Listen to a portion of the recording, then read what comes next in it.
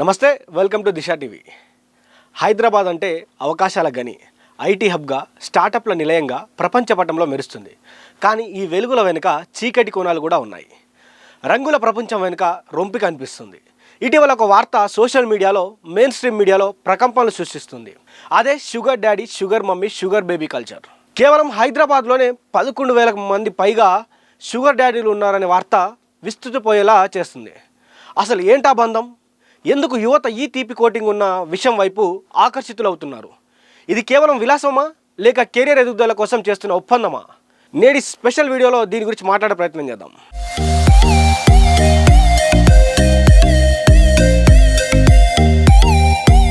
అసలు sugar relations అంటే ఏంటి? మొదట మనం కొన్ని పదాలను అర్థం చేసుకోవాలి.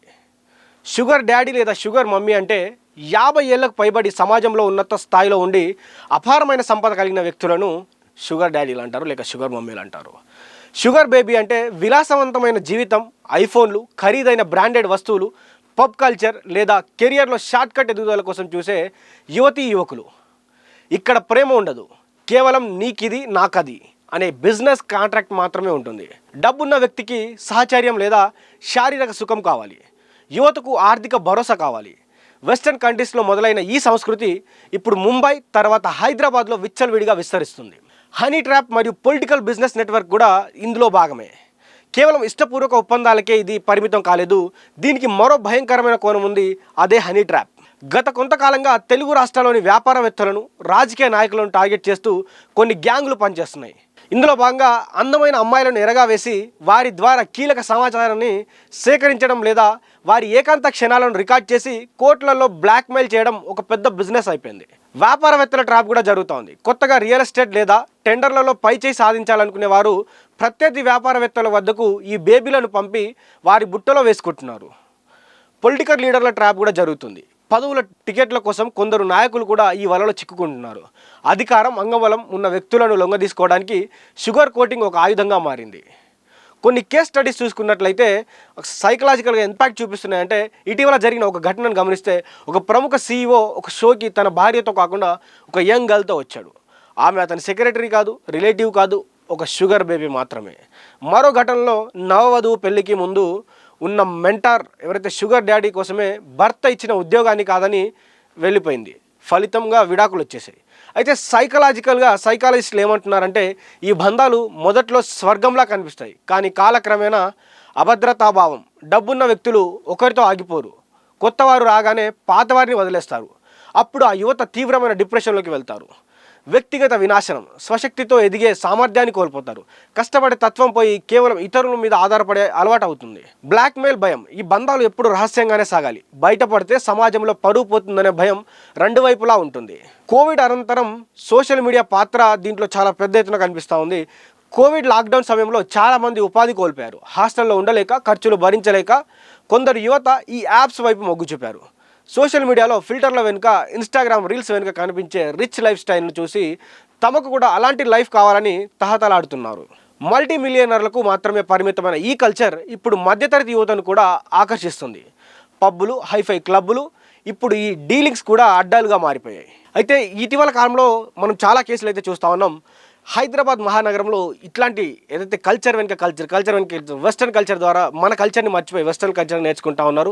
డబ్బు ఎవరి దగ్గర ఉంటే వయసుతో సంబంధం లేకుండా వారితో జీవితం గడపడానికి యువకులు ఇష్టపడతా ఉన్నారు. మనం చూసుకుంటే రీసెంట్ కేసులలో కూడా కొంతమంది పొలిటికల్ లీడర్స్ని కూడా ట్రాప్ చేసినటువంటి పరిస్థితి కనిపిస్తుంది. పొలిటికల్ లీడర్స్ కావచ్చు, పొలిటికల్ లీడర్స్ వైఫ్స్ని కావచ్చు ట్రాప్ చేసిన పరిస్థితులు మనకు కనిపిస్తూ ఉన్నాయి. మనం ఆంధ్రప్రదేశ్లో ఒకసారి చూసుకున్నట్లయితే జనసేన పార్టీకి సంబంధించినటువంటి అరవ శ్రీధర్ ఎవరైతే ఒక ఎంప్లాయీ మోజులో పడ్డాడో తను 25 కోట్లు డిమాండ్ చేసేసరికి వారి మధ్యలో ఉన్నటువంటి ప్రైవేట్ వీడియోస్ కావచ్చు, ప్రైవేట్గా వారు మాట్లాడుకున్నటువంటి చాట్స్ కావచ్చు, వీడియో కాల్స్ కావచ్చు, ప్రతి ఒక్కటి బయటికి రావడం జరిగింది. కారణం, ఒకప్పుడు విలాసవంతమైన లైఫ్ ఉండి తను పెళ్లి చేసుకుందామంటే ఇద్దరి మధ్యలో నిరాకరణ రావడం, దాని తర్వాత 25 కోట్లు డిమాండ్ చేస్తే ఆ 25 కోట్లు ఇవ్వలేక ఇవన్నీ బయటికి రావడం, ఇద్దరు లైఫ్ని పాడు చేసినటువంటి పరిస్థితులు కనిపిస్తాయి. ఇలా హైదరాబాద్ మహానగరంలో అటు ఆంధ్రప్రదేశ్లో పెద్ద ఎత్తున కూడా చాలా కేసులు కనిపిస్తాయి. ఇప్పుడు హైదరాబాద్లో ఈ కల్చర్ ఎందుకు వస్తుందంటే దాదాపు హైదరాబాద్లో 11,000 మంది పైగా కూడా షుగర్ డాడీలు ఉన్నటువంటి షుగర్ డాడీలు కావచ్చు, షుగర్ మమ్మీలు ఉన్నటువంటి పరిస్థితిలో వారు ఎవరైతే డబ్బు ఆశ చూపెట్టి ఎక్కువ మంది యువకులను కూడా లొంగ తీసుకున్నటువంటి పరిస్థితి వారి శారీరక సుఖం కోసం.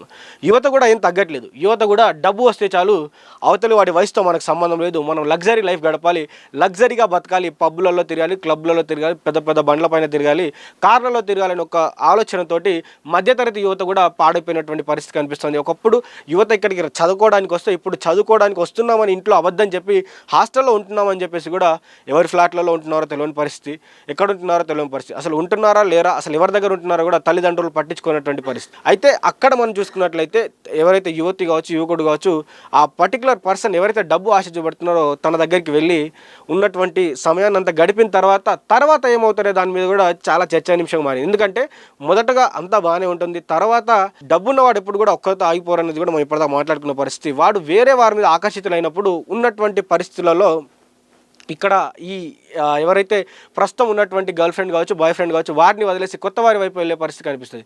అదేవిధంగా మనం చూసుకున్నట్లయితే రీసెంట్గా కొంతమంది సెలబ్రిటీలు కూడా ఒకానొక టైంలో ఇద్దరు సెలబ్రిటీలు ఇన్స్టాగ్రామ్ వేదికగా చాలా పెద్ద ఎత్తున వారి ఫోటోలు బీభత్సంగా సర్క్యులేట్ చేసుకున్నటువంటి బిగ్ బాస్ సెలబ్రిటీ ఎవరైతే ఉన్నారో తను కూడా బీభత్సంగా అన్ని ఈ స్టేజ్లో ఈ సోషల్ మీడియాలో విపరీతంగా షేర్ చేసుకుంది.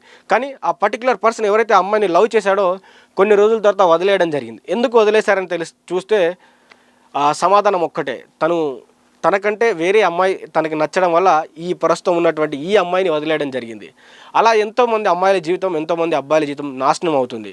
కాబట్టి మిత్రులారా, అభివృద్ధి అనేది కష్టపడితేనే వస్తుంది, అది శాశ్వతంగా ఉంటుంది. షార్ట్కట్లో వచ్చే డబ్బు, విలాసం క్షణికానందాన్ని మాత్రమే ఇస్తాయి. ఈ షుగర్ కోటెడ్ బంధాలు చివరకు చేదును మిగులుస్తాయి. కేవలం ఆర్థిక భరోసా కోసం ఆత్మగౌరవాన్ని తాకట్టు పెట్టడం, కెరియర్ ఎదుగుదల కోసం అనైతిక మార్గాలను ఎంచుకోవడం రేపటి తరాన్ని నాశనం చేస్తుంది. ఇది కేవలం ఒక వ్యక్తి సమస్య కాదు, సామాజిక విపత్తు. న్యాయపరమైన సమస్యలు, పోలీస్ కేసులు, మానసిక వేదన ఇవే ఈ బంధాల ముగింపులు. ప్రశ్న ఒకటే, మన సాంప్రదాయాలు, విలువలు ఈ తీపి వలలో చిక్కుకొని అంతమైపోవాలా? ఆలోచించాల్సింది యువతే, గమనించాల్సింది తల్లిదండ్రులే.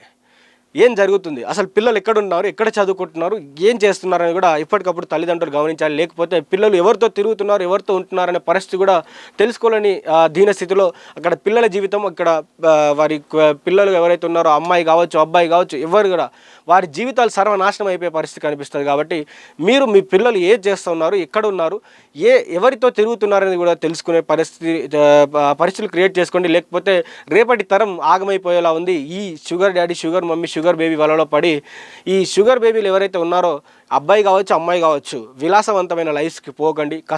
కష్టపడి సంపాదించింది మాత్రమే మీతో ఉంటుంది. కాబట్టి ఈ విలాసవంతమైన లైఫ్ని వదిలేసి ఒక మంచి ప్రాపర్ లైఫ్ని ఎంచుకోవడానికి ప్రయత్నించండి, ప్రాపర్గా బతకడానికి ప్రయత్నించండి. హైదరాబాద్లో ఉన్నటువంటి యువత ఎవరైతే ఉన్నారో హాస్టల్లో ఉండి చదువుకుంటున్నామని చెప్పి ఈ విలాసవంతమైన లైఫ్ కోసం మీ జీవితాన్ని, మీ సర్వస్వాన్ని, మీ వర్జినిటీని కావచ్చు, ఏదైనా కావచ్చు, మీరు ఈ విలాసవంతమైన దానికోసం దాన్ని అమ్ముకుంటే మీరు ఒక మంచిగా ఉండి కూడా అది అనర్హత అనే చెప్పొచ్చు. అదేవిధంగా మీరు మారడానికి ట్రై చేయండి, మీ చుట్టుపక్కల ఉన్న వారిని మార్చడానికి ట్రై చేయండి. ఈ కల్చర్ని వదిలేయండి. ఈ కొత్త కల్చర్ ఏదైతే ఉందో డబ్బుతోటి మనల్ని ముడిపెట్టేది ఎప్పుడు కూడా మనతో ఉండదు. ఏదైతే నిజంగా ప్రేమ, నిజంగా ఇక్కడ ఇలాంటివి ఉండవు కాబట్టి, నిజంగా ప్రేమ ఉండదు, నిజంగా బంధుత్వం ఉండదు కాబట్టి, ఈ బంధం ఎక్కువ రోజులు నిలబడదు కాబట్టి, నిజంగా ప్రేమ ఎక్కడ ఉంటుందో, నిజంగా మీకు బంధుత్వాలు ఎక్కడ ఉంటాయో మీ తల్లిదండ్రులు చూపించినటువంటి ఆ బంధుత్వాన్ని, ఆ ప్రేమను ఎంచుకోండి తప్ప ఇలాంటి విలాసాలకు పోవద్దని కూడా కోరుకుందాం. చూస్తూనే ఉండండి దిశ టీవీ.